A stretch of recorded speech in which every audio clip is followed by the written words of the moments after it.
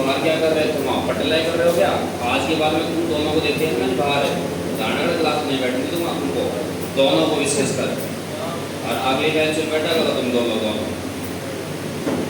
पटलाई करने लग जाते तुम छोटे छोटे आगे। तो अपन पढ़ रहे थे उत्तरी पूर्वी हिमालय प्रदेश, और उत्तरी हिमालय प्रदेश पढ़ रहे थे अपने कि इस प्रदेश में आपको मैंने बताया था लास्ट में कि इसको कितने भागों में बांटा गया था, 5 भागों में बांटा गया था। कितने भागों में बांटा गया था? 5 भागों में बांटा गया था। और 5 भाग कौन कौन से हैं? 5 भागों में बांटा गया था। 1 नंबर था बाबर प्रदेश, बाबर प्रदेश। 2 नंबर पे था तराई प्रदेश। अगला तीसरे नंबर पे था बांगर प्रदेश, बांगर प्रदेश। चौथे नंबर पे था खादर प्रदेश है। और नेक्स्ट है अगला 5वें नंबर पे था भूड। तो इस तरीके से उत्तरी पूर्वी हिमालय प्रदेश को कितने भागों में बांटा गया था? 5 भागों में बांटा गया था। नेक्स्ट है कि उत्तरी पूर्वी हिमालय प्रदेश है जो इसे उत्तर भारत का विशाल मैदान के नाम से जाना जाता है। उत्तर भारत है का विशाल मैदान है, और उत्तर भारत का विशाल मैदान है इसी को बोलते हैं उत्तरी मैदानी प्रदेश। उत्तरी मैदानी प्रदेश, और उत्तरी मैदानी प्रदेश है तो इसको कितने भागों में बांटा गया था? 5 भागों में बांटा गया। नंबर 1 कौन सा है? बाबर प्रदेश। अगला कौन सा है? तराई प्रदेश, बांगर प्रदेश और खादर प्रदेश। और अगला कौन सा है? भूड। अब नेक्स्ट है कि देखना कि मैं मैप में बताता हूँ आपको कि कौन कौन सी जगह पे क्या क्या पाया जाता है।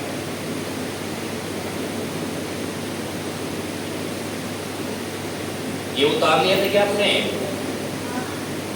नहीं उतारा था?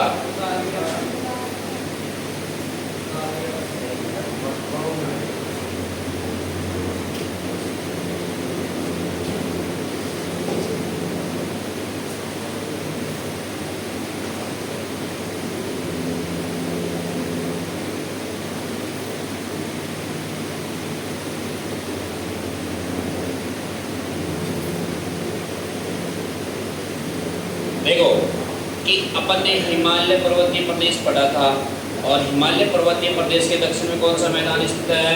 उत्तर भारत का विशाल मैदान। ये तो है हिमालय पर्वतीय प्रदेश। नेक्स्ट है इसके जस्ट नीचे कौन सा मैदानी प्रदेश है? उत्तर भारत का विशाल मैदान। और उत्तर भारत का विशाल मैदान है जिसको कितने भागों में बांटा गया था? बोलो 5 भागों में बांटा गया था। कितने भागों में बांटा गया था? 5 भागों में बांटा गया था। अब देखो इसी को 5 भागों में बांटा गया था, वो देखना कि 5 भाग कौन कौन से हैं। कि हिमालय पर्वतीय प्रदेश है उसके दक्षिण में कौन सा मैदान स्थित है?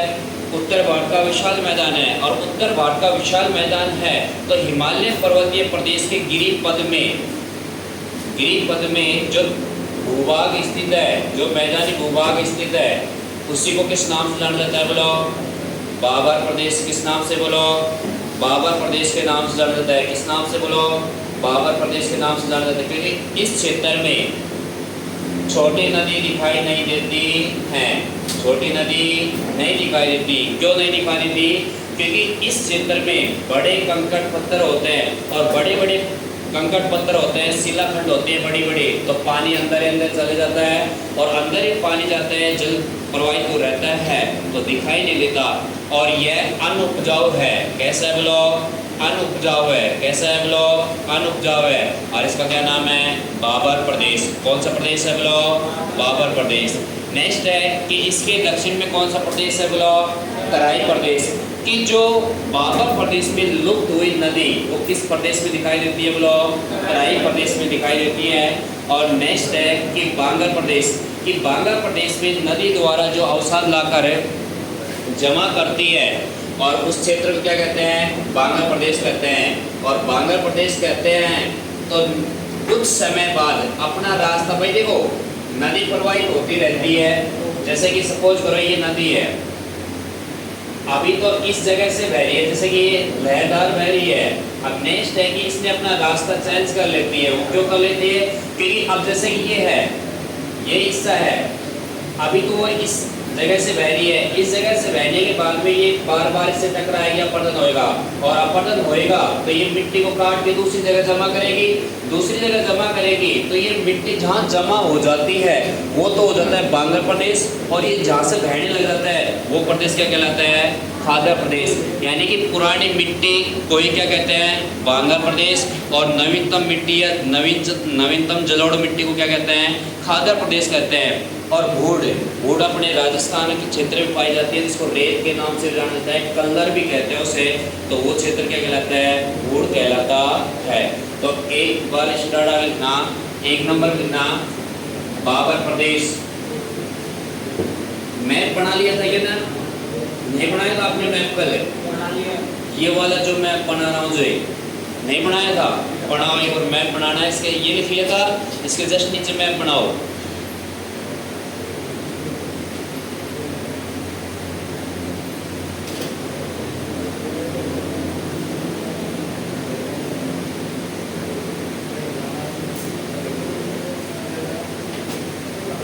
मैप बनाना पहले,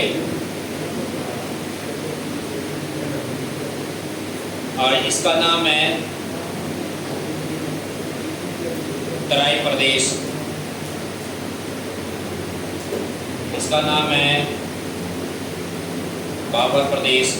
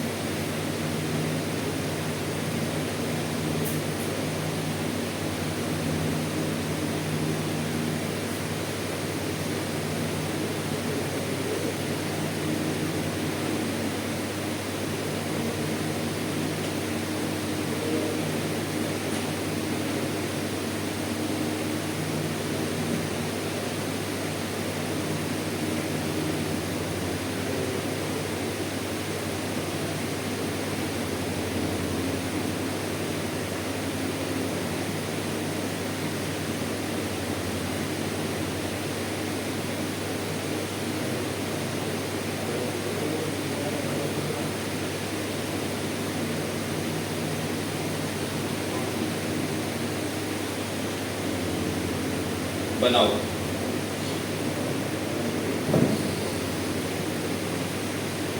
अब बनाते रहना और देखना, समझ लेना। वे देखो वापिस से समझ लेना कि अपन ने इसे एक नंबर में भौतिक प्रदेश पढ़ा था, वो हिमालय पर्वतीय प्रदेश पढ़ा था। अपन ने 2 नंबर का भौतिक प्रदेश पढ़ा था, और 2 नंबर का भौतिक प्रदेश का नाम क्या है बोलो? उत्तर भारत का विशाल मैदान है। और उत्तर भारत का विशाल मैदान है, और उत्तर भारत का विशाल मैदान का दूसरा क्या नाम है? उत्तरी मैदानी प्रदेश है। और उत्तरी मैदानी प्रदेश है तो ये है उत्तरी मैदानी प्रदेश। और उत्तरी मैदानी प्रदेश को फिर कितने भागों में बांटा गया था? 5 भागों में बांटा गया था। बाबर प्रदेश जो हिमालय पर्वतीय प्रदेश के जस्ट गिरिपद में स्थित है, और इसमें मोटे मोटे कंकड़ पत्थर पाए जाते हैं, और मोटे मोटे कंकड़ पत्थर पाए जाते हैं, बड़े बड़े शिलाखंड पाए जाते हैं। और हिमालय पर्वत से आने वाली नदियाँ इसमें दिखाई नहीं देती। किसमें? किस में नहीं दिखाई देती? बाबर प्रदेश में। और बाबर प्रदेश में लुप्त हो जाती हैं तो यहाँ आंतरिक प्रवाही नदी कहलाती है। क्या कहलाती है लोग? आंतरिक प्रवाही नदी। और आंतरिक प्रवाही नदी है तो ये किस स्थान पर या किस क्षेत्र में, किस भौतिक प्रदेश में दिखाई देती हैं? तराई प्रदेश में। क्योंकि यहाँ तो बड़ी बड़ी शिलाखंड है और शिलाखंडों में नदी अंदर आंतरिक यानी प्रवाहित होती रहती है। और ये है तराई प्रदेश, और तराई प्रदेश में वो नदी का उद्गम होता है। नेक्स्ट है कि अगला भौतिक प्रदेश इसी में कौन सा है? बांग्ला प्रदेश। और बांग्ला प्रदेश वो होता है कि ये पुरानी जलोढ़ मिट्टी होती है। कौन सी होती है? पुरानी जलोढ़ मिट्टी होती है। और पुरानी जलोढ़ मिट्टी होती है, इसमें नदी प्रवाहित नहीं होती है।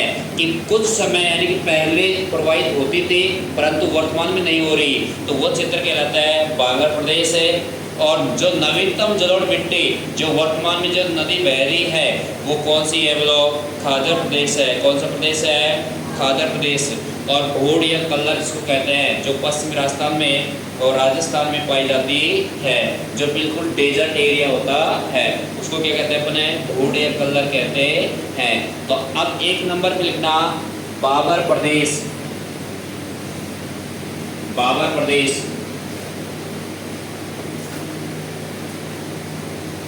और बाबर प्रदेश में लिखना फिर उत्तर भारत में शिवालिक के गिरिपद में, शिवालिक के गिरिपद में, किसके गिरिपद में? शिवालिक के गिरिपद में स्थित है, शिवालिक के गिरिपद में स्थित है भौतिक प्रदेश है, भौतिक प्रदेश है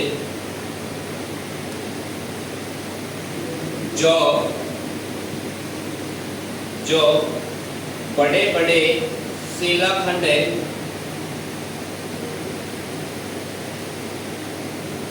जो बड़े बड़े शिलाखंड है पत्थरों से निर्मित होता है, पत्थरों से निर्मित होता है, उसे बाबर प्रदेश कहते हैं, उसे बाबर प्रदेश कहते हैं।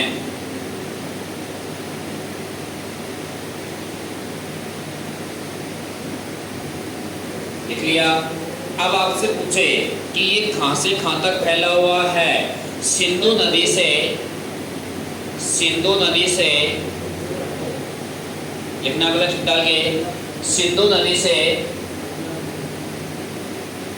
तीस्ता नदी तक है,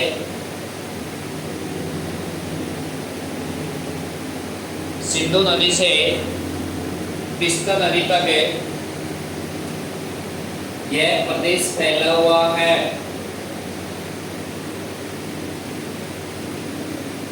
यह प्रदेश फैला हुआ है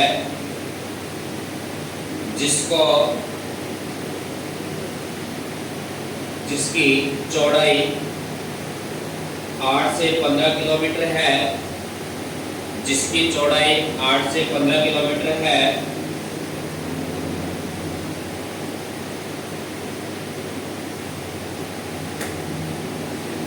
लिया।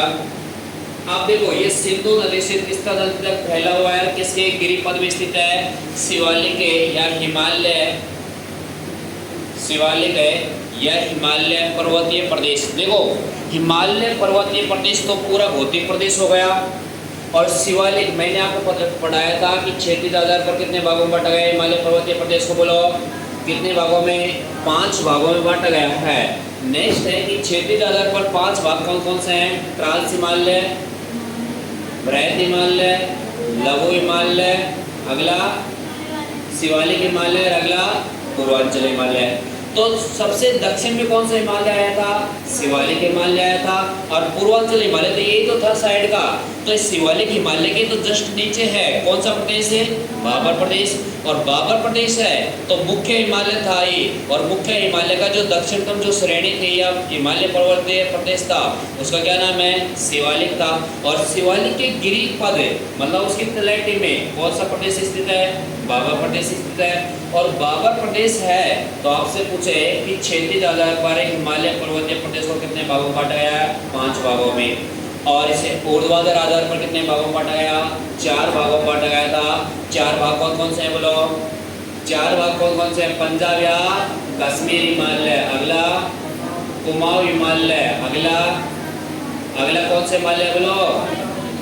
नेपाल हिमालय, और अगला असम हिमालय। नेक्स्ट आपसे पूछे कि असम हिमालय की सबसे ऊंची चोटी कौन सी है? असम हिमालय की सबसे ऊंची चोटी नामचा बरवा।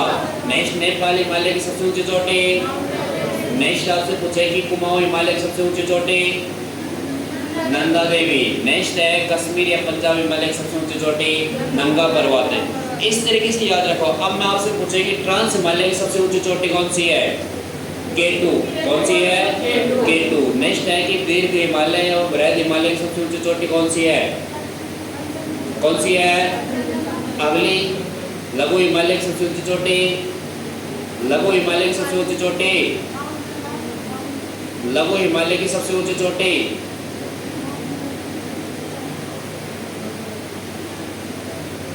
बस यहीं तो दिमाग खराब होता है क्योंकि आप पढ़ते नहीं हो और नहीं पढ़ते हो।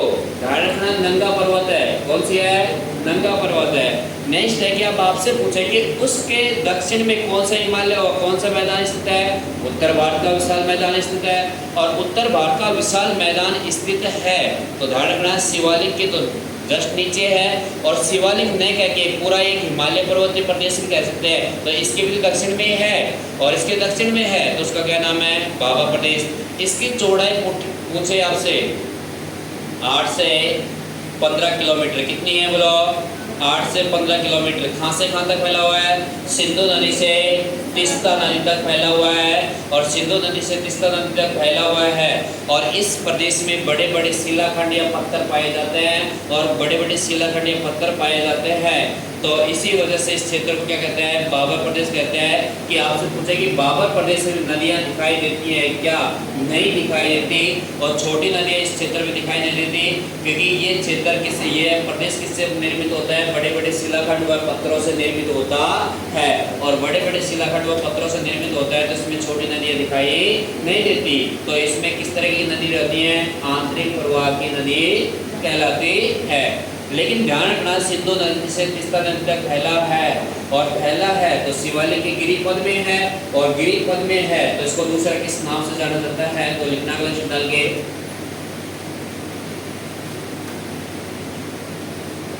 यह प्रदेश सिंधु नदी से तीस्ता नदी तक है। यह प्रदेश सिंधु नदी से तीस्ता नदी तक है। फैला होने के कारण है, फैले होने के कारण है इसे शिवालिक का जलोढ़ पंख भी कहते हैं। इसे शिवालिक का जलोढ़ पंख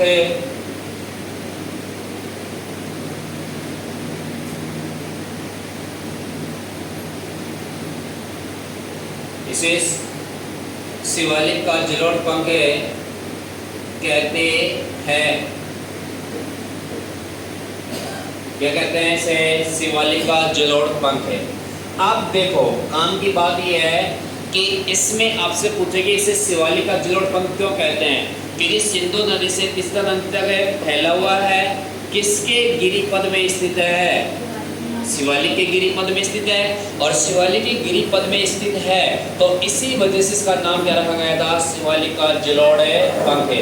और जलोढ़ पंख होता है कि इस क्षेत्र में भाई शिवालिक का कुछ हिस्सा फैला हुआ है और कुछ हिस्सा फैला हुआ है, उसी आधार पर इसका क्या नाम दिया गया था? शिवालिक का जलोढ़ पंख है। कि देखना कि कोई भी पक्षी होता है, पक्षी का एक तो पूरा शरीर होता है, लेकिन पंख अलग होते हैं ना, अलग ही तो होते हैं, तो अलग ही होते हैं, तो उसी वजह से उसका नाम क्या दिया गया, पंख नाम दिया गया।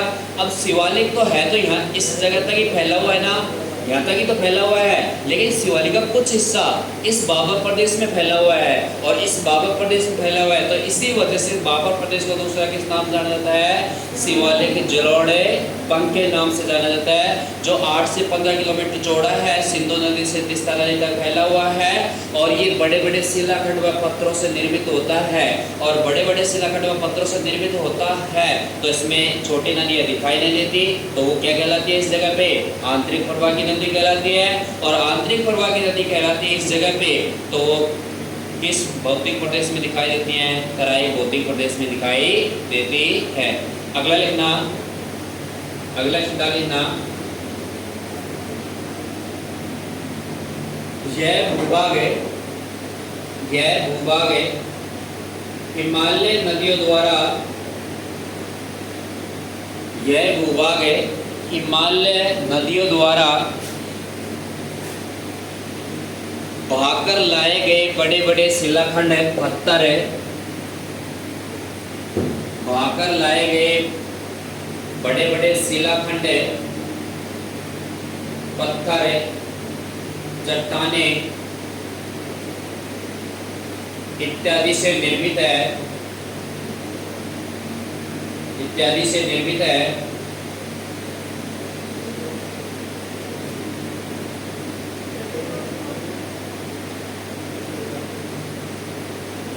लिया।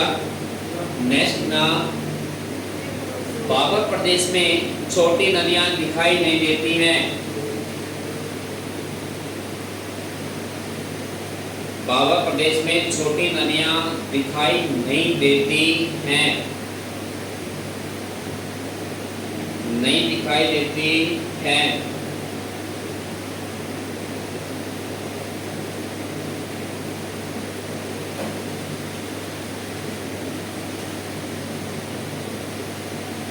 बाबर प्रदेश में छोटी नदियां दिखाई नहीं देती हैं।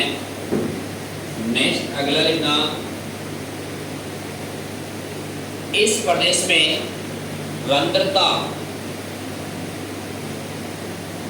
इसको कहते हैं रगड़न,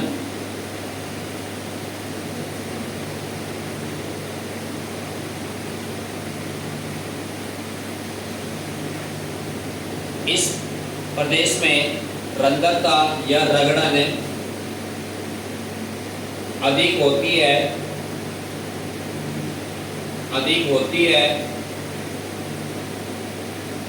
अब देखो रंध्रता या रगड़न अधिक क्यों होती है, अब देखो शिवालिक के हिमालय या हिमालय पर्वतीय प्रदेश से जैसे कि बारिश हुई हिमालय पर्वतीय प्रदेश में, और हिमालय पर्वतीय प्रदेश में तेज बारिश हुई, मूसलाधार होती भी है, और होने के बाद में भाई जो नदी जो पानी आ रहा है उसके साथ बड़े बड़े पत्थर कंकड़ तो आएंगे ना, लुढ़क के आएंगे ना, और लुढ़क के आएंगे तो रगड़न तो खाएंगे भाई। यहाँ मैदान थोड़ी है, मिट्टी थोड़ी पाई जाती है, नहीं पाई जाती, क्योंकि ये हिमालय पर्वतीय प्रदेश है, कठोर चट्टाने हैं, और कठोर चट्टाने हैं तो टूट के लुढ़कती है, तो रगड़न ही तो खाएगी, और एकदम से मतलब इतनी तेज गति से आता पानी, उसके साथ साथ पत्थर बहते हैं और बहते हैं, तो भाई पत्थर एक देखना कि आप नदियों में पत्थर गोल पाए जाते हैं, क्यों पाते हैं, उसका रीजन है कि वो रगड़ने या रंध्रता से उनकी आकृति क्या हो गई, गोल हो गई, एक पत्थर से दूसरा पत्थर तीसरा पत्थर टकराता टकराता लुढ़कता लुढ़कता वो क्या हो जाता है, बिल्कुल गोल हो जाता है, और गोल हो जाता है तो ध्यान रखना कि सर्वाधिक रंध्रता पाई जाती है किस भौतिक प्रदेश में पाई जाती है,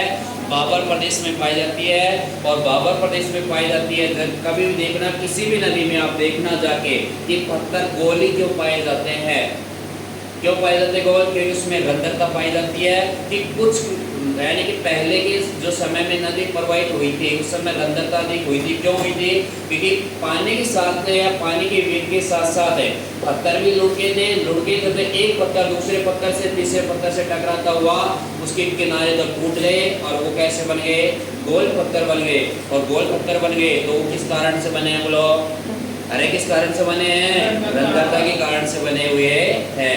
अगला लिखना, इस प्रदेश में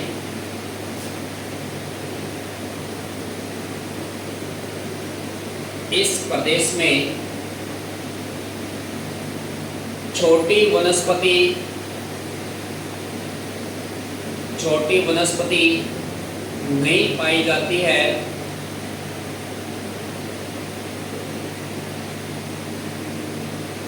लिख लिया। और एक बात मुझे और बताओ कि आपको खुद को भी इतना सा तो दिमाग होगा कि भाई बड़े बड़े पत्थर हैं, अपने खेत में पत्थर हैं, ठीक है, और बड़े बड़े पत्थर हैं, चट्टान है, तो अपन उसमें पेड़ लगा सकते हैं? नहीं लगा सकते। खेती कर सकते हैं? नहीं कर सकते। और नहीं कर सकते तो वही स्थिति इसकी है बाबर प्रदेश की। तो यह कृषि के लिए अनुपजाऊ या अनुपयुक्त है।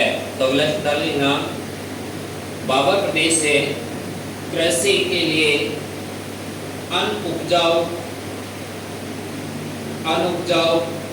या उपयुक्त नहीं है। एक ही शब्द लिखो, और दो शब्द मत लिखो ना। अनुपजाऊ है,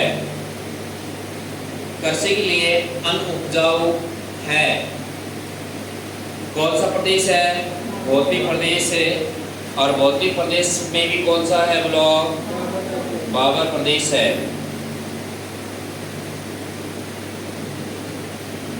लिख लिया। कृषि की दृष्टि से कैसा है बोलो? ये प्रदेश है अनुपजाऊ है, मतलब इसमें खेती नहीं हो सकती। भाई कंकड़ पत्थर है तो उस क्षेत्र में कैसे कृषि होगी? नहीं हो सकती ना, और नहीं हो सकती। देखो वापिस से समझ लो कि अपना उत्तर भारत का विशाल मैदान है, इसको कितने भागों में बांटा गया है? 5 भागों में। जिसमें सबसे पहले कौन सा है बोलो? बाबर प्रदेश। बाबर प्रदेश होता है कि जो शिवालिक के गिरिपथ में स्थित मोटे कंकड़ पत्थर है और चट्टानों से निर्मित भाग होता है, उसको क्या कहते हैं अपने? बाबर प्रदेश कहते हैं। जो सिंधु नदी से तीस्ता नदी के मध्य फैला हुआ है, जिसकी चौड़ाई है 8 से 15 किलोमीटर चौड़ाई है इसकी। नेक्स्ट आपसे पूछे कि यह भौतिक प्रदेश को दूसरा किस नाम से जाना जाता है? शिवालिक जलोढ़पन के नाम से जाना जाता है, क्योंकि शिवालिक जो हिमालय है इसका कुछ भाग इसमें फैला हुआ है, और इसमें फैला हुआ है तो इसी आधार पर इसे क्या कहते हैं? शिवालिक जलोढ़पन कहते हैं। नेक्स्ट है कि बाबर प्रदेश में रंध्रता अधिक पाई जाती है, और रंध्रता अधिक पाई जाती है तो इसमें पत्थर कैसे पाए जाएंगे? गोल पत्थर पाए जाएंगे, और गोल पत्थर हैं। नेक्स्ट है कि कृषि की दृष्टि से कैसा है बोलो? ये भौतिक प्रदेश है अनुपजाऊ है, कि इसमें खेती नहीं की जा सकती। और नेक्स्ट है न कि छोटी वनस्पति भी नहीं पाई जाती, और छोटी वनस्पति नहीं पाई जाती किस प्रदेश में? बाबर प्रदेश में। नेक्स्ट है कि आपसे पूछे कि इसका निर्माण हुआ है कि वो कैसे हुआ है? कि शिवालिक हिमालय या हिमालय पर्वतीय प्रदेश से जो नदी बहकर आई है वो अपने साथ कंकड़ पत्थर ईंट है और चट्टानें बहाकर लाई है, और उनके जमाव के कारण किसका निर्माण हुआ है? बाबर प्रदेश का। और बाबर प्रदेश का निर्माण हुआ है, तो ये ही है बाबर प्रदेश। अगला लिखना 2 नंबर लिखना, 2 नंबर लिखना तराई प्रदेश। अगला लिखना तराई प्रदेश।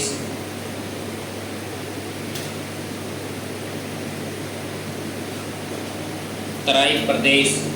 अब देखो कि तराई प्रदेश कौन सा है? इसका दक्षिणी भाग है, किसका दक्षिणी भाग है बोलो?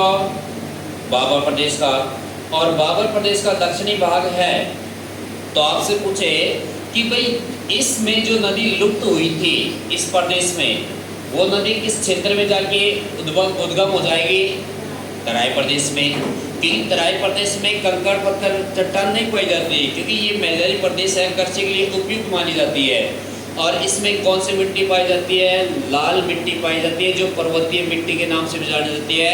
और वो पर्वतीय मिट्टी वो होती है क्योंकि हिमालय पर्वत से जो नदी बह के आई थी, उनके साथ चट्टान आई थी, पत्थर कंकड़ आए थे बहाकर, और उनके किनारे टूटे थे। किनारे टूटते टूटते टूटते बिल्कुल जीरो महीन मिट्टी हो जाती है, तो वो लाल मिट्टी कहलाती है। लाल मिट्टी क्यों होती है? क्योंकि पर्वतीय भागों में जो पत्थर टूटते हैं, किनारे टूटते हैं, उनसे जो निर्मित जो मोटी होती है हल्की, उसको तो अपन क्या कहते हैं, बजरी कहते हैं। और जो महीन हो जाती है उसको लाल मिट्टी के नाम से जाना जाता है या पर्वतीय मिट्टी के नाम से जाना जाता है। और वो पर्वतीय मिट्टी पाई जाती है किस क्षेत्र में पाई जाती है, तराई प्रदेश में पाई जाती है। और तराई प्रदेश में पाई जाती है। और दूसरी बात कि बाबर प्रदेश में जो नदी लुप्त हुई है वो किस क्षेत्र में दिखाई देती है बोलो, तराई प्रदेश में। तराई प्रदेश किस प्रदेश के नीचे स्थित है बोलो, बाबर प्रदेश के दक्षिण में स्थित है। और दक्षिण में स्थित है तो लिखना इसमें तराई प्रदेश है।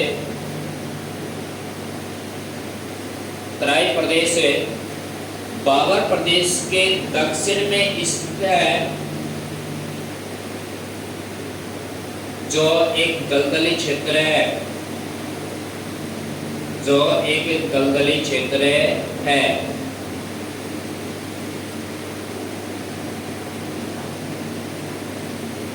जो एक दलदली क्षेत्र है। इसका निर्माण अगला स्टेडाल लिखना,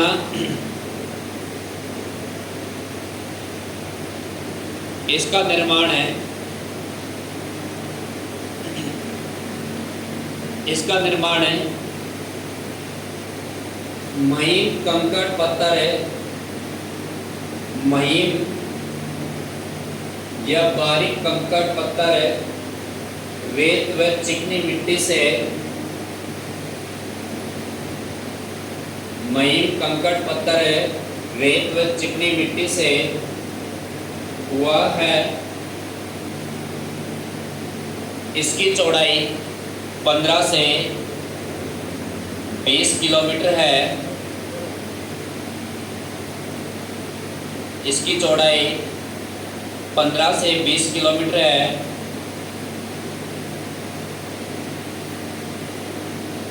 इसकी चौड़ाई 15 से 20 किलोमीटर है।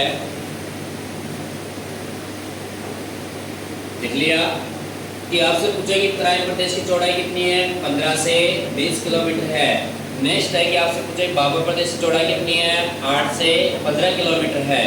नेक्स्ट डाल लिखना, बाबर प्रदेश में जो नदी लुप्त होती है, बाबर प्रदेश में जो नदियां अदृश्य हो जाती हैं,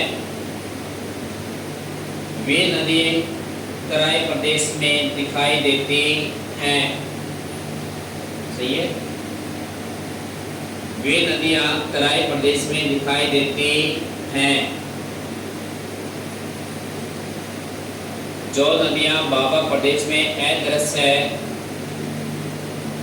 हो जाती हैं, वे नदियां तराई प्रदेश में दिखाई देती हैं।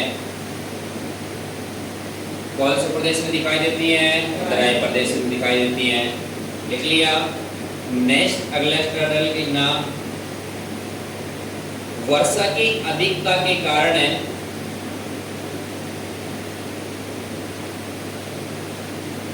वर्षा की अधिकता के कारण है तराई प्रदेश का विस्तार है पश्चिम की अपेक्षा, पश्चिम की अपेक्षा, पश्चिम की अपेक्षा पूर्व में अधिक है। पश्चिम की अपेक्षा पूर्व में अधिक है पाया जाता है। पूर्व में अधिक पाया जाता है। कि पश्चिम में तो यह प्रदेश कम पाया जाता है, कौन सा, तराई प्रदेश। और ये सर्वाधिक किस क्षेत्र में पाया जाता है, भारत के पूर्वी हिस्से में सर्वाधिक पाया जाता है। क्योंकि जो अधिक बारिश के कारण, और अधिक बारिश के कारण ध्यान रखना कि ये क्षेत्र है, किस क्षेत्र में ज़्यादा पाया जाता है, पूर्वी भाग में अधिक पाया जाता है, पश्चिम के बजाय। पश्चिम में कम पाया जाता है, कम फैला हुआ ये क्षेत्र है, और पूर्व में अधिक फैला हुआ है। नेक्स्ट नेक्स्ट डाल के तराई प्रदेश है, तराई प्रदेश है में ढाल कम रहता है या कम होता है। इस वजह से,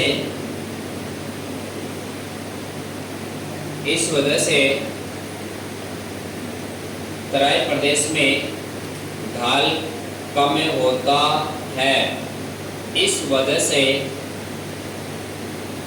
जल बिखर कर प्रवाहित होता रहता है। तराई प्रदेश में ढाल कम होता है, इस वजह से जल बिखर कर मतलब फैल कर प्रवाहित होता है,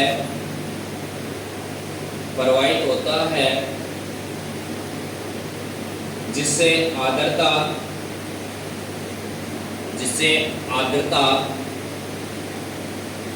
और दलदली भूमि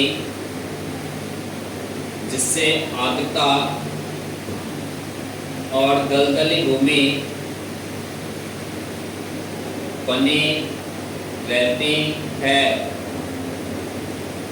जिससे आर्द्रता और दलदली भूमि बनी रहती है। लिख लिया।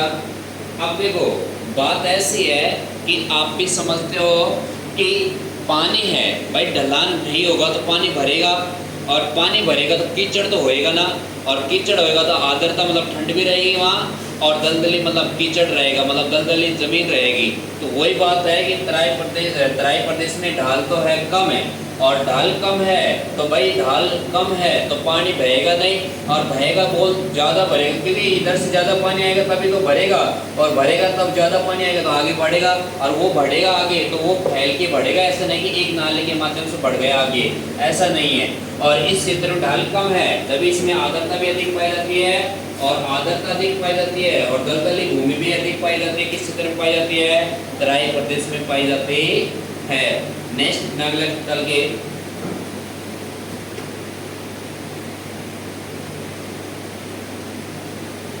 दलदली, इसको छोड़ो, नेक्स्ट ना कृषि के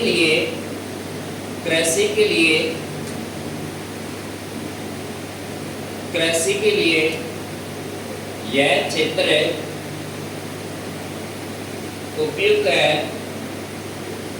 जिसमें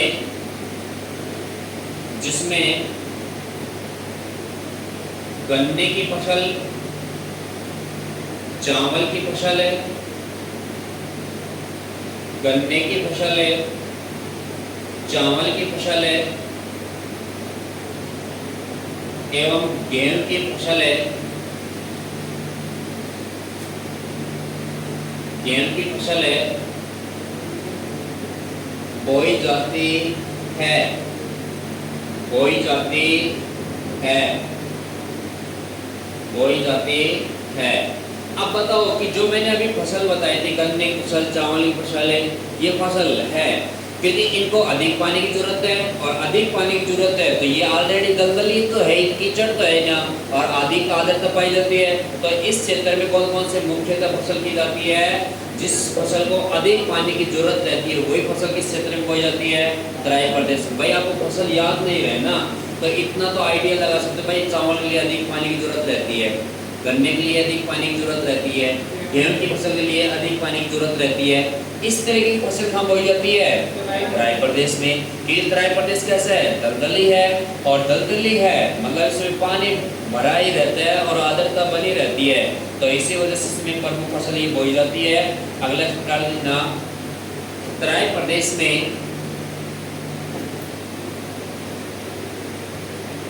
तराई प्रदेश में कांप या जलोढ़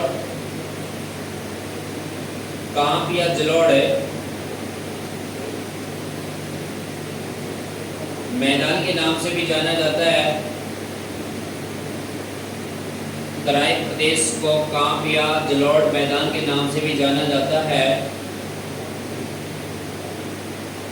क्योंकि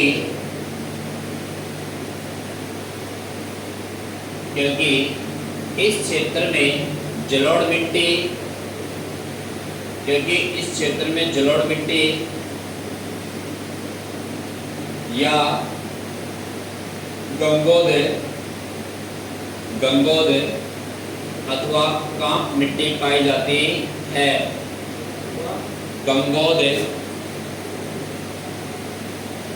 गंगोद इसी को कहते हैं कांप मिट्टी पाई जाती है।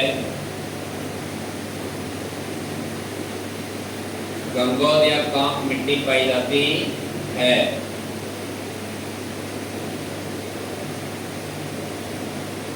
अब देखो कि गंगोद या कांप मिट्टी ये कितने प्रकार की होती है? 2 प्रकार की होती है। कितनी प्रकार की होती है? 2 प्रकार की होती है। अगले डाल लिखना गंगोद या जलोढ़ मिट्टी। गंगोद या जलोढ़ मिट्टी 2 प्रकार की होती है। 2 प्रकार की होती है। एक तो होती है खादर और दूसरी होती है बांगर। एक होती है खादर, दूसरी होती है बांगर। एक तो होती है खादर, दूसरी कौन सी होती है? बांगर। लिख लिया।